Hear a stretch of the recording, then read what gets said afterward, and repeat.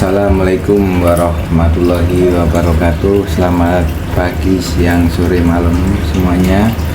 Kembali lagi di channel ini, Jinran. Kali ini saya menyampaikan pengetahuan yang saya tahu tentang sudut geser dalam atau internal friction angle dengan simbol P.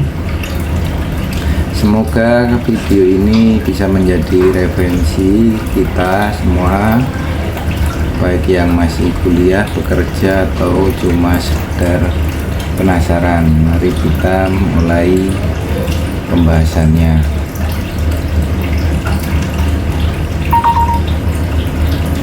Sudut geser dalam adalah parameter tanah yang menunjukkan besarnya gaya tahanan geser yang berasal dari gesekan antara butiran tanah. Semakin tinggi nilai P, maka semakin besar pula kemampuan tanah untuk menahan gaya gesernya. Seperti gambar di samping, bahwa kemiringan sebuah lereng atau timbunan ini dapat bervariasi. Semakin tegak kemiringannya, maka dapat diartikan di sini bahwa semakin tinggi juga nilai P-nya. Jika nilai sudut gesernya semakin rendah, maka kemiringan sebuah timbunan atau lereng maka semakin landai. Jika kemiringannya melebihi dari sudut geser yang kemampuan untuk menahan gayanya, maka kemungkinan bisa terjadi longsor atau geser. Menurut Craig tahun 2004, sudut geser dalam atau P menunjukkan seberapa besar tahanan geser yang dapat dikembangkan akibat gesekan antar partikel tanah. Nilai ini bergantung pada jenis tanah, kepadatan, dan kondisi kelembaban. DAS tahun 2010 menyebutkan bahwa sudut geser dalam berperan penting dalam persamaan kekuatan geser Moore-Coulomb. Di sini adalah persamaan tekanan geser seperti yang kemarin kita sampaikan di pembahasan kohesi. Ini juga masih sama untuk persamaan tekanan geser tanahnya, di mana tekanan geser adalah nilai dari penjumlahan kohesi ditambah dengan tegangan normal atau sigma tangan sudut geser dalamnya.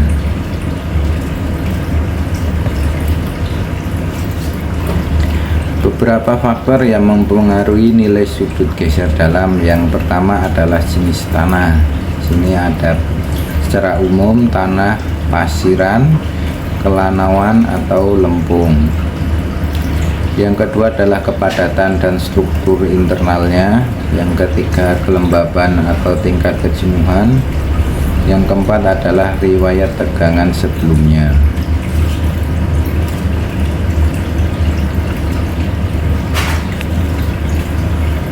Peran sudut geser dalam yang pertama yaitu untuk menghitung daya dukung tanah pondasi, dangkal maupun dalam. Yang kedua, analisis stabilitas lereng alami dan buatan. Yang ketiga adalah mengevaluasi tekanan tanah aktif dan pasif. Dan yang keempat adalah untuk mendesain dinding penahan tanah. Penentuan nilai sudut geser dalam ini bisa diambil atau dilakukan percobaan di laboratorium dengan melakukan uji geser langsung atau direct shear test, yang kemarin secara detail pengujiannya sudah saya bahas pada channel tentang kohesi. Kemudian uji yang kedua adalah triaxial test dan interpolasi dari kurva Moore-Coulomb. Berikut adalah uji laboratorium yang bisa untuk mencari nilai sudut geser, dimana sebelumnya juga kita bahas uji Drexel itu juga bisa untuk mencari nilai sudut geser dalamnya. Kali ini kita coba mengetahui tentang uji triaksial.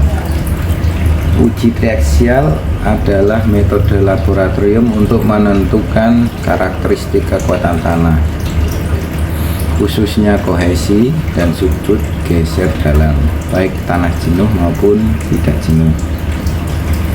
Beberapa jenis uji triaksial, yang pertama adalah uji triaksial CD atau Consolidated Drain. Ini adalah untuk pengujian tanah dikonsolidasi dengan drainase lambat. Yang kedua adalah Consolidated Undrained CU, yaitu tanah dikonsolidasi tetapi tidak drain saat diuji. Yang ketiga adalah Unconsolidated Undrained atau UU. Ini adalah tanah tidak dikonsolidasi dan tidak drain saat diuji. Secara gambar tabung atau sampel pengujian ini dapat dilihat dari gambar.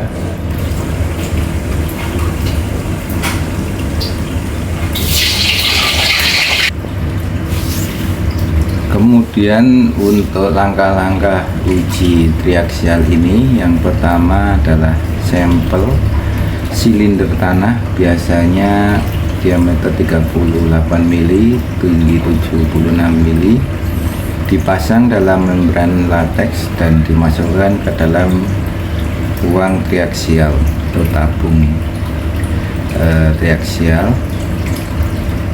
Kemudian dilakukan konsolidasi jika ini menguji untuk uji triaksial CD atau CU.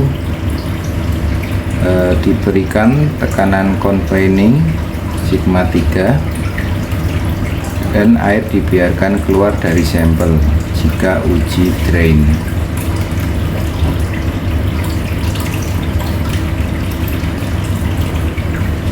Beban aksial diberikan perlahan-lahan hingga terjadi keruntuhan atau terjadi perubahan bentuk dari sampel tanah di dalam tabung. Data yang dicatat antara lain beban, regangan, dan tegangan air pori.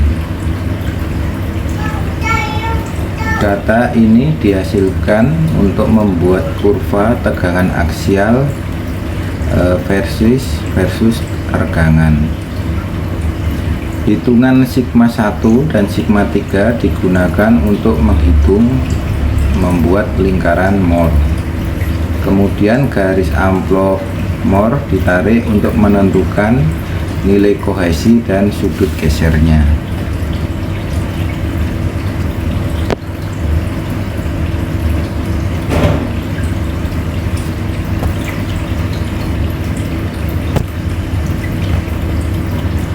Dalam uji triaksial tanah, sigma 1 dan sigma 3 adalah dua buah komponen tegangan yang digunakan untuk menganalisis kekuatan geser dan perilaku tanah saat diuji.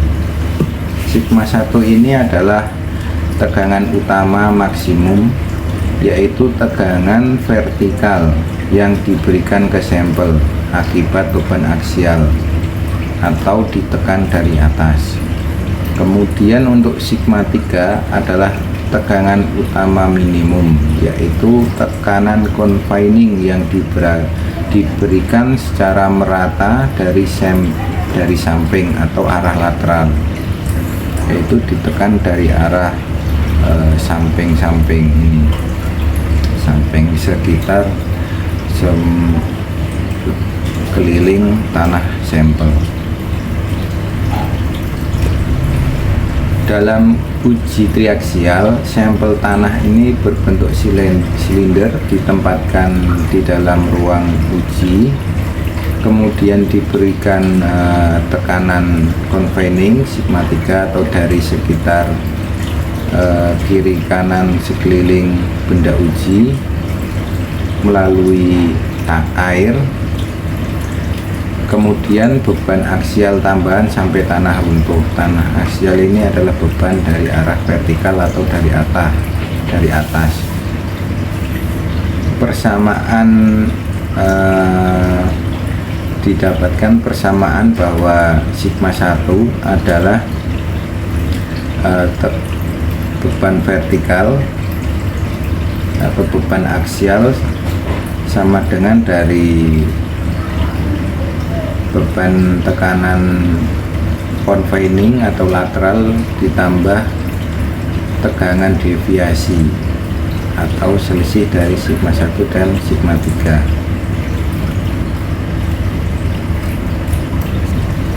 Fungsi sigma 1 dan sigma 3 ini digunakan untuk membuat lingkaran mol, yaitu nantinya akan menentukan nilai kohesi dan sudut geser dalam efektifnya. Kemudian untuk contoh ilustrasi, didapatkan tekanan confining yaitu sigma 3 atau tekanan dari arah lateral dari sekitar kiri kanan sampel tanah sebesar 100 kPa. Kemudian nilai deviator stress saat runtuh adalah 80 kPa, maka didapatkan nilai sigma 1 atau tekanan beban vertikalnya adalah selisih pemjumlahan dari sigma 3 dan deviator stress, yaitu 100 ditambah 80 didapatkan nilai sigma 1-nya 180 kPa.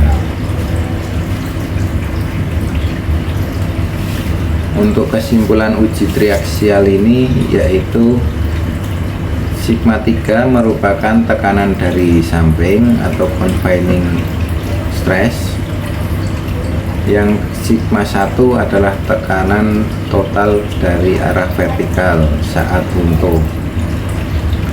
Kedua tegangan ini sangat penting dalam analisis kekuatan geser tanah dan menjadi dasar perhitungan parameter kekuatan seperti kohesi efektif dan sudut geser dalam efektifnya. Data yang diperoleh dari uji triaksial adalah tegangan total dan tegangan efektif, sudut geser, dan kohesi efektif. Kemudian juga diperoleh modulus deformasi dan karakteristik plastisitas tanah. Berikut adalah uji lingkaran Moore kolom, di mana ketika ditarik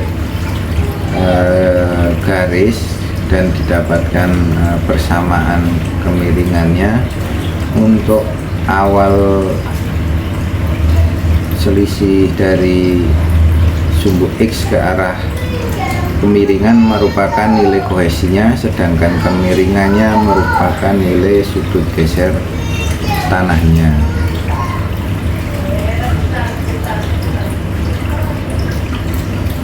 Kemudian untuk jurnal yang direview kali ini adalah tentang shear strength before of different soil atau tegangan geser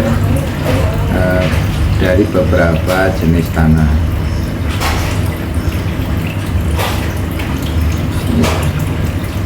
Jurnal ini dibuat oleh Surendra Roy tahun 2002, yaitu membahas tentang banyaknya parameter yang mempengaruhi kuat geser campuran yang mengandung partikel berukuran besar seperti kadar kerikil, kepadatan relatif, tekanan beban lebih, serta ukuran dan bentuk kerikil.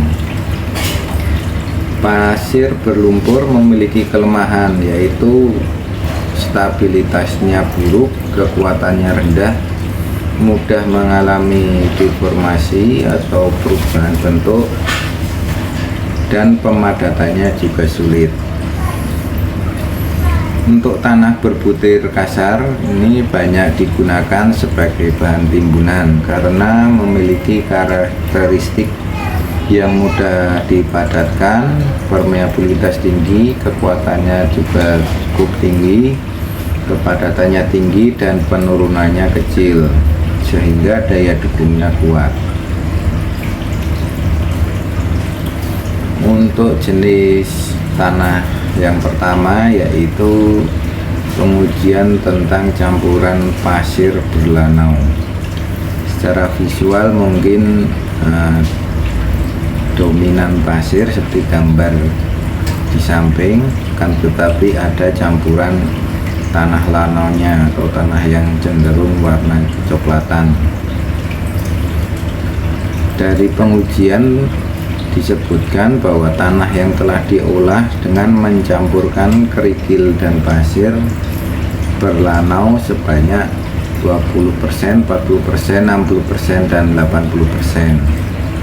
Kemudian beberapa proporsi campuran ini diberikan tekanan masing-masing 100 kPa, 200 kPa, 300 kPa, dan 400 kPa. Dari hasil pengujian, sudut gesekan internal menurun dengan peningkatan partikel halus, atau bisa dibilang ketika semakin tinggi atau semakin banyak tanah halusnya, maka sudut gesernya semakin menurun, dan juga berpengaruh pada kohesi semakin menurun secara signifikan ketika kandungan partikel halusnya menurun dari 17 menjadi 13%. Sudut gesekan internal atau sudut geser tanahnya menurun. Nah, ini tadi ketika ada peningkatan partikel halus. Kekuatan ditingkatkan dengan penambahan jumlah kerikil yang tepat ke dalam tanah berbutir halus. Untuk meningkatkan daya dukung tanah berbutir halus, maka dari pengujian ini dapat dilakukan penambahan jumlah kerikil ke dalam tanah berbutir halus. Namun penambahannya kalau terlalu banyak kerikil juga dapat menyebabkan deformasi berlebihan yang tidak ekonomis. Artinya jika dari tanah yang sangat lembut atau sangat halus teksturnya, ketika ditambah kerikil dapat meningkatkan daya dukungnya, akan tetapi jika terlalu banyak kerikilnya juga dapat menyebabkan deformasi atau mudahnya berubah bentuk atau penurunan yang berlebihan. Jenis tanah yang kedua yaitu pasir. Pasir ini diuji dan dengan dicampur dengan lanau, tanah lanau sebanyak 0-30%, dan sampel disiapkan pada kepadatan kering maksimum dan kadar air optimum. Didapatkan parameter kuat geser paling tinggi pada campuran pasir dengan 4% lanau, baik pada pengujian geser maupun pengujian reaksial. Jadi untuk nilai kuat geser paling baik adalah campuran pasir dengan kadar tanah lanau atau tanah yang agak kecoklatan itu sebesar 4% saja. Apabila lebih besar dari 4%, kemungkinan maka kuat gesernya akan menurun. Ini mungkin disebabkan dari kebanyakan partikel halus dapat menurunkan kuat gesernya atau kekuatan tanah itu sendiri, sehingga nilai optimum campuran tanah dalam pasir adalah hanya sampai 4%. Kemudian untuk tanah asli atau tanah yang biasa di sekitar kita, tanah di perkebunan atau tanah di sekitar halaman. Tanah asli adalah tanah sisa yang terjadi secara alami dan terbentuk dari material yang ada. Tanah ini memiliki partikel berukuran lempung, lanau, dan pasing masing-masing sekitar 20%, 46%, dan 34%. Dari hasil pengamatan menunjukkan bahwa kadar air kering optimum dan basah optimumnya sangat berpengaruh signifikan terhadap parameter kuat geser. Untuk tanah murni, tanah asli atau tanah existing ini sangat dipengaruhi oleh kadar airnya, sehingga apabila kebanyakan air biasanya tanah itu cenderung menjadi lemah atau menjadi lembek secara visualnya. Kan tetapi kalau terlalu tanpa air juga mudah rapuh atau mudah hancur, sehingga untuk mencari kadar air mencari kekuatan geser yang paling baik, maka perlu juga memperhitungkan kadar air yang optimum atau paling pas untuk untuk meningkatkan daya dukung kuat geser tanah. Untuk kesimpulan pada pertemuan ini yaitu parameter kuat geser atau sudut tahanan geser dan kohesi dari berbagai jenis tanah dapat ditingkatkan dengan mencampur tanah atau material lain dalam proporsi yang berbeda. Ini dilakukan uji coba, dilakukan campuran tanah atau material lain dengan proporsi yang optimum sehingga didapatkan kekuatan tanah atau kekuatan geser tanahnya yang paling maksimum. Tanah liat yang dicampur dengan pasir atau kerikil pada proporsi yang berbeda-beda dapat meningkatkan kekuatan geser tanahnya. Tekanan normal juga mempengaruhi kekuatan geser selama uji geser langsung.